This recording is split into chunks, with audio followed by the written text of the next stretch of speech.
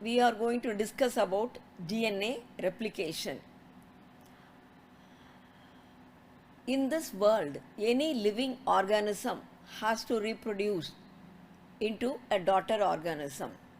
A mother has to give birth to a daughter, whether it is a brinjal or a tomato or a squirrel or a dinosaur or a human being. Any living organism has to reproduce to give the daughter organism. So, for this production of next generation, the mother cell, the whole organism has to reproduce.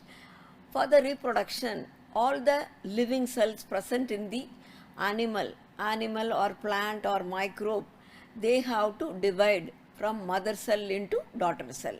For this cell division, before starting this cell division, the DNA molecule, which is the hereditary unit of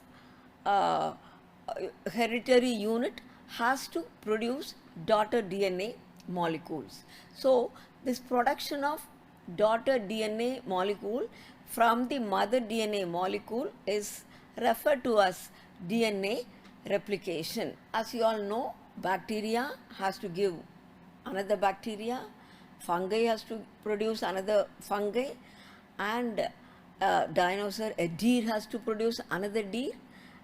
Similarly, human being has to produce another human being.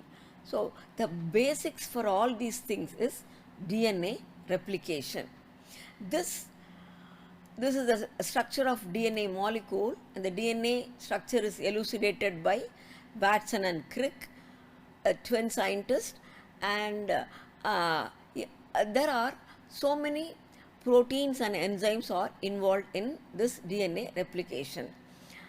There are two strands in this DNA, and two strands are separated by a specific enzyme called helicase. So, it is a spring-like molecule DNA. It is separated into two different strands. One strand is called as leading strand and another strand is called as lagging strand. The enzymes involved here are DNA polymerase 1, DNA polymerase 2 and DNA polymerase 3, topoisomerase, helicase, ligase. All these enzymes are involved. And the irony in this DNA replication is we need to have a small RNA molecule to start the DNA replication.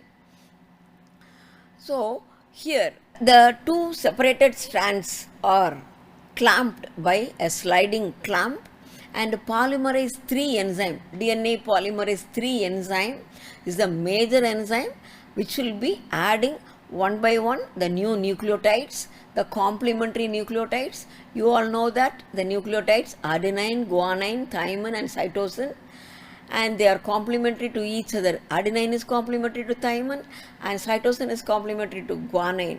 So, polymerase 3 will be adding yet another nucleotide so that the leading strand grows and grows.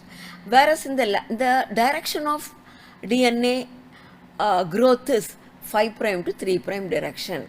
And in the lagging strand, it is present in the opposite direction.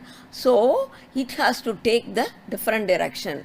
So, a scientist by name Okazaki found that there are patches and patches of DNA growth in the lagging strand. So, there also the direction of growth of DNA is 5' to 3' direction.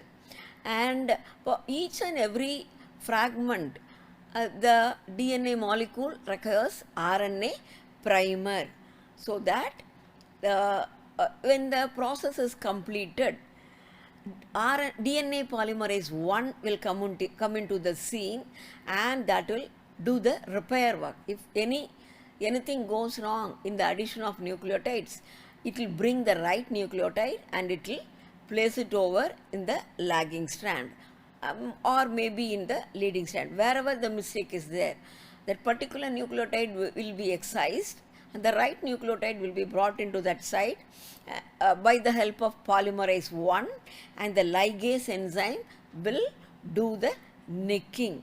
That is, that will seal the previous nucleotide and this forthcoming nucleotide.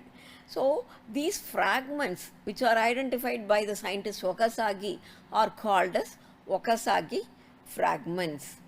And this helicase enzyme is responsible for holding the double-stranded DNA into separated into two single-stranded DNA. The role of topoisomerase enzyme is to cut the tightly packed double helical DNA.